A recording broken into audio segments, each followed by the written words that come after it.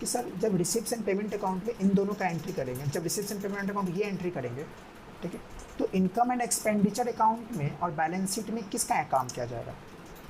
तो अब मेरी बातों को ध्यान से सुनिएगा और जो मैं सेंटेंस यूज करूँगा उस सेंटेंस को ध्यान से सुनिएगा। देखिए, एक साल में जितना भी कैश आया या जितना भी कैश गया उसका काम कहाँ किया हम लोग, यहाँ पे रिसिप्ट्स एंड पेमेंट अकाउंट में, ठीक है।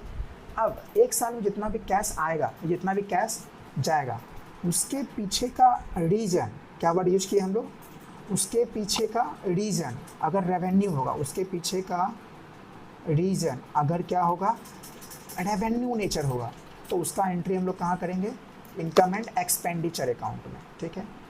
और अगर जितना भी कैश आया और जितना भी कैश गया उसके पीछे का रीज़न अगर आपका कैपिटल है, कैपिटल नेचर का है, उसके पीछे का रीज़न अगर कैपिटल नेचर का है, तो उसका एंट्री कहाँ करेंगे हम लोग, बैलेंस शीट में। कहाँ किया जाएगा, बैलेंस शीट में।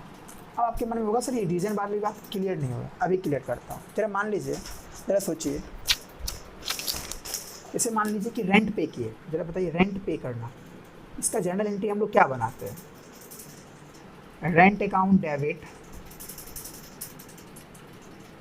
टू कैश अकाउंट, ठीक है। तो देखिए इस कैश का एंट्री हम लोग कहाँ कर चुके होंगे, इस कैश का एंट्री कहाँ कर चुके हैं, रिसिप्ट्स एंड पेमेंट अकाउंट में। लेकिन जरा बताइए इस कैश के जाने का पीछे का रीज़न क्या है, रेंट, तो उसका एंट्री हम लोग कहाँ करेंगे, इनकम एंड एक्सपेंडिचर अकाउंट में। क्लियर, ठीक है। अब जिससे देखिए उसके पीछे का रीजनल कैपिटल है, ठीक है। जैसे मान लीजिए कि आप मशीन परचेज किए, ठीक है, मशीन आप क्या किए, परचेज किए, तो इसका एंट्री आप क्या बनाते हैं, machine account debit to cash account, ठीक है। तो कैश के आने जाने के पीछे कैश जो आएगा या जाएगा इसको कहाँ रिकॉर्ड किया जाएगा, रिसिप्ट्स एंड पेमेंट अकाउंट में। लेकिन इसके जाने का पीछे का जो रीज़न है वो कहाँ रिकॉर्ड किया जाएगा, तो बैलेंस शीट में, ठीक है।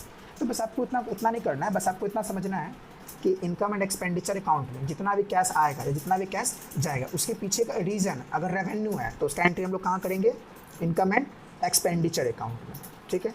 अब देखिए इनकम एंड एक्सपेंडिचर अकाउंट में याद कीजिए प्रॉफिट एंड लॉस अकाउंट की तरह बनता है ना ये, तो प्रॉफिट एंड लॉस अकाउंट में आप इधर एक्सपेंडिचर को रिकॉर्ड करते थे, याद कीजिए आप यहाँ पे क्या रिकॉर्ड किया जाएगा, डेबिट साइड एक्सपेंडिचर्स को, और यहाँ पे क्या रिकॉर्ड किया जाएगा, इनकम को रिकॉर्ड किया जाएगा, ठीक है।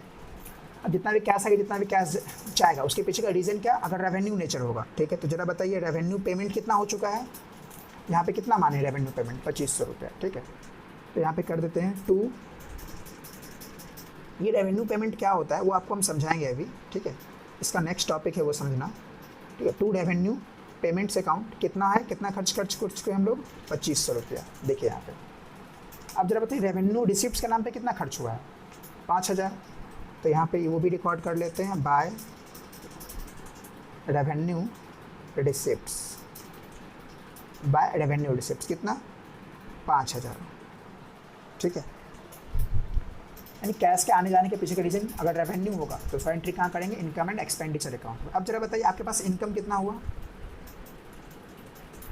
5000, ठीक है। अब 5000 में से, ठीक है, आप खर्च कितना कर दिए, रेवेन्यू पेमेंट के नाम पे खर्च कितना हो गया, 2500, तो आपके पास बैलेंस कितना बचा, आपके पास बैलेंस बचा 2500, ठीक है। इस 25 को आप जब सोचिए इनकम आपके पास इतना हुआ, इसमें से इतना गया, ठीक है। तो इसको हम लोग बताइए क्या लिखते थे, प्रॉफिट, क्या लिखते थे इसको हम लोग, प्रॉफिट। इसको इसका बैलेंसिंग फिगर क्या लिखेंगे हम लोग, प्रॉफिट। लेकिन यहाँ पे जो है अब जैसे ही हम लोग प्रॉफिट लेके ना तो अकाउंट्स क्या कर दिया, मना कर दिया।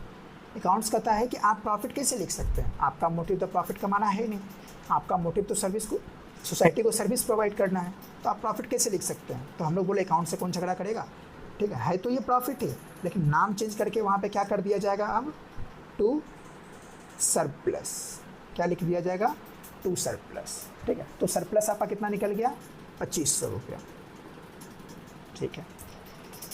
अब देखिए अब बैलेंस शीट में आपको हम क्या समझाए थे कि जितना भी कैश आएगा या जितना भी कैश जाएगा उसके पीछे का रीज़न अगर कैपिटल है तो उसका रिकॉर्डिंग कहाँ होगा, बैलेंस शीट में, ठीक है। तो जरा देखिए यहाँ पे कैपिटल, जरा बताइए यहाँ पे कैपिटल रिसिप्ट के नाम पे कितना रिसीव हुआ है, 30,000 रुपया। तो यहाँ पे लिख देते हैं हम लोग liability side, liability, balance sheet के इस साइड हम लोग लायबिलिटीज़ लिखते हैं और इस साइड हम लोग एसेट्स लिखते हैं, ठीक है। तो कैपिटल रिसीप्ट्स के नाम पे कितना रिसीव हो गया? कैपिटल रिसिप्ट जो है आपका 30,000 है, तो हम लोग यहाँ पे क्या हो गया 30,000 यहाँ पे रिकॉर्ड कर दिए। चूँकि कैपिटल फंड के बारे में तो बात किए नहीं है, ये क्या होता है आगे समझेंगे, ठीक है, तो इसको नील मान लेते हैं, ठीक है। और आपको याद होगा 11th क्लास में ये जो प्रॉफिट होता था सरप्लस, इसको हम लोग क्या करते थे, जाके कैपिटल फंड कैपिटल में अपना ऐड कर लेते थे। तो ऐड कर लेते हैं हम लोग सरप्लस, कितना 2500, तो टोटल कितना हो गया बाहर में 2500, ठीक है। तो बैलेंस शीट का टोटल इधर कितना आ गया आपको 32,500। अब इस यहाँ क्या रिकॉर्ड करेंगे, एसेट्स में कैपिटल पेमेंट को रिकॉर्ड करेंगे, ठीक है। तो बाय कैपिटल पेमेंट कितना था हमारा 5,000, बाय कैपिटल पेमेंट के नाम पे कितना खर्च कर दिए हैं आप 5,000, ठीक है।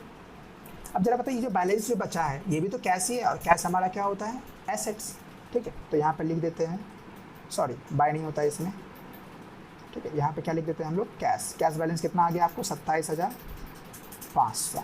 अब अगर आप देखिएगा तो दोनों साइड आपका क्या हो गया है टैली कर गया है, 32,500 और 32,500। बस मेरा कहने का मतलब इतना है, बस यही है, बहुत ईजी है, ठीक है।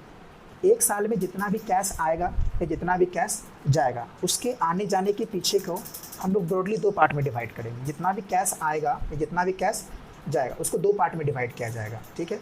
या तो उसको हम लोग बोलेंगे रेवेन्यू रिसिप्ट्स, मतलब या तो उसको बोला जाएगा रेवेन्यू या फिर उसको बोला जाएगा कैपिटल। ये रेवेन्यू कैपिटल आपको परेशान कर रहा है हमको पता है, ठीक है, लेकिन रेवेन्यू कैपिटल का जो किस तरह से समझेंगे, किसको हम लोग रेवेन्यू बोलेंगे किसको कैपिटल बोलेंगे, वो हम लोग आगे समझेंगे। फिलहाल अभी इतना समझना है कि जितना भी कैश आएगा जितना भी कैश जाएगा उसको 2 पार्ट में डिवाइड करेंगे, रेवेन्यू और कैपिटल, ठीक है।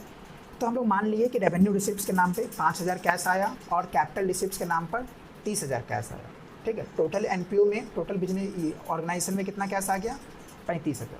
अब ऐसा तो नहीं कि सिर्फ कैश आएगा ही आएगा, जाएगा नहीं, जाएगा भी, ठीक है। तो जिस तरह से आने वाले को 2 पार्ट में डिवाइड किए, या तो रेवेन्यू या तो कैपिटल बोल रहे थे, उसी तरीके से जाने वाले को भी कितने पार्ट में, उसको भी क्या बोलेंगे, या तो बोलेंगे रेवेन्यू या फिर बोलेंगे कैपिटल। तो पेमेंट साइड लिख रहे हैं तो रेवेन्यू पेमेंट बोला जाएगा, कैपिटल पेमेंट बोला जाएगा। मान लेते हैं कि रेवेन्यू पेमेंट के नाम पे 2,500 रुपया खर्च कर दिए और कैपिटल पेमेंट के नाम पर 5,000 रुपया खर्च कर दिए, ठीक है। तो 30,000 का आपको 30,000 का कैश आया, उसमें से आप टोटल 7,500 रुपया खर्च कर दिए, तो आपका लास्टली में कैश कितना बच गया 27,500। कितना बच गया 27,500। अब ये तो रहा रिसिप्शन पेमेंट अकाउंट में, ठीक है। रिसिप्शन पेमेंट अकाउंट में रेवेन्यू और कैपिटल दोनों नेचर का काम करते हैं। अब इनकम एंड एक्सपेंडिचर अकाउंट में किसका एंट्री करते हैं, तो हम फिर बोले थे एक साल में जितना भी कैश आएगा जितना भी कैश जाएगा उसके पीछे का रीज़न अगर रेवेन्यू नेचर होगा तो उसका काम कहाँ करेंगे इनकम एंड एक्सपेंडिचर अकाउंट पर। लेकिन उसके पीछे का रीज़न अगर कैपिटल होगा तो उसका काम कहाँ किया जाएगा बैलेंस शीट में, ठीक है। रीज़न का बात अभी क्लियर कर दिया, जैसे रेंट पैड करते हैं तो हम लोग जनरल एंट्री क्या बनाते हैं rent account debit to cash account, ठीक है। तो कैश के आने जाने के पीछे कैश जो आया उसका एंट्री कहाँ हो चुका होगा रिसिप्शन पेमेंट अकाउंट, लेकिन कैश के जाने के पीछे का रीज़न क्या था रेंट, उसका एंट्री कहाँ होगा इनकम एंड एक्सपेंडिचर अकाउंट में, ठीक है। तो रेवेन्यू पेमेंट के नाम पे जो है यहाँ पे 2,500 रुपया खर्च कर दिए थे तो यहाँ पे 2,500 रुपया लिख दिए, ठीक है। अब रेवेन्यू रिसिप्ट के नाम पे यहाँ पे 5,000 आया था तो 5,000 यहाँ पे लिख दिए। टोटल इनकम कितना हो गया आपके पास 5,000, इसमें से खर्च कितना कर दिए 2,500, तो प्रॉफिट कितना का हो गया 2,500 का, ठीक है। लेकिन जैसे ही हम इसको प्रॉफिट लिखे ना तो अकाउंट्स मना कर दिया, बोला आप प्रॉफिट कैसे लिख सकते हैं, आपका जब मोटिव प्रॉफिट कमाना है ही नहीं तो आप प्रॉफिट कैसे लिख सकते हैं। तो हम लोग बोले अकाउंट से कौन झगड़ा करेगा, है तो ये प्रॉफिट ही, लेकिन नाम चेंज करके क्या कर दिया गया सरप्लस। क्लियर है, ठीक है। यानी कहने का मतलब है कि इनकम एंड एक्सपेंडिचर अकाउंट का जो बैलेंसिंग फिगर आएगा, जो डिफरेंस आएगा, ठीक है, उसको हम लोग सरप्लस या डेफिसिट का नाम दें। अगर इस साइड निकलता तो डेफिसिट का, अभी नोट्स लिखाएंगे उसमें आपका क्लियर हो जाएगा। फिर बैलेंस शीट में क्या, बैलेंस शीट के क्या हम क्या रिकॉर्ड करते हैं कि जितना भी कैश आया और जितना भी कैश गया उसके पीछे का रीज़न अगर कैपिटल नेचर है, ठीक है, तो उसका एंट्री कहाँ किया जाएगा बैलेंस शीट में। फिर देख लीजिए यहाँ पे कैपिटल रिसिप्ट्स के नाम पे कितना पैसा आया 30,000 रुपया, तो 30,000 रुपये यहाँ पे रिकॉर्ड कर लिए, ठीक है। फिर कैपिटल पेमेंट के नाम पे कितना चला गया 5,000 रुपया, तो कैपिटल पेमेंट के नाम पे 5,000 रुपया यहाँ पे रिकॉर्ड कर लिए, ठीक है। अब कैपिटल फंड की चूंकि तो बात किए नहीं है, नील मान लेते हैं। और आप याद कीजिए बचपन में इस सरप्लस को लाके आप इसमें ऐड कर देते थे कैपिटल में, ठीक है। तो 2500 टोटल हो गया 2500, ठीक है। अब यहाँ पे देखिए ये आपका CD जो बचा है ये भी तो कैश ही है, तो ये कैश यहाँ पे आ जाएगा। तो टोटल कितना हो गया 32,500 और लास्टली आपका बैलेंस शीट टैली कर गया और सारा अकाउंटिंग आपका सही हो गया, ठीक है। तो एनपीओ में 3 अकाउंट बनाने के लिए बोला गया। अब तीनों अकाउंट का यही फॉर्मेट है। रिसिप्ट्स एंड पेमेंट अकाउंट में रेवेन्यू कैपिटल का काम किया जाता है, इनकम एंड एक्सपेंडिचर में ओनली रेवेन्यू नेचर और बैलेंस शीट में ओनली कैपिटल नेचर, ठीक है। Receipts and payment account just like cash account है, income and expenditure account just like profit and loss account है और बैलेंस शीट आपका just like balance sheet ही है। इसको वहाँ भी बैलेंस शीट ही बोलते थे और यहाँ भी बैलेंस शीट ही बोलते हैं, ठीक है।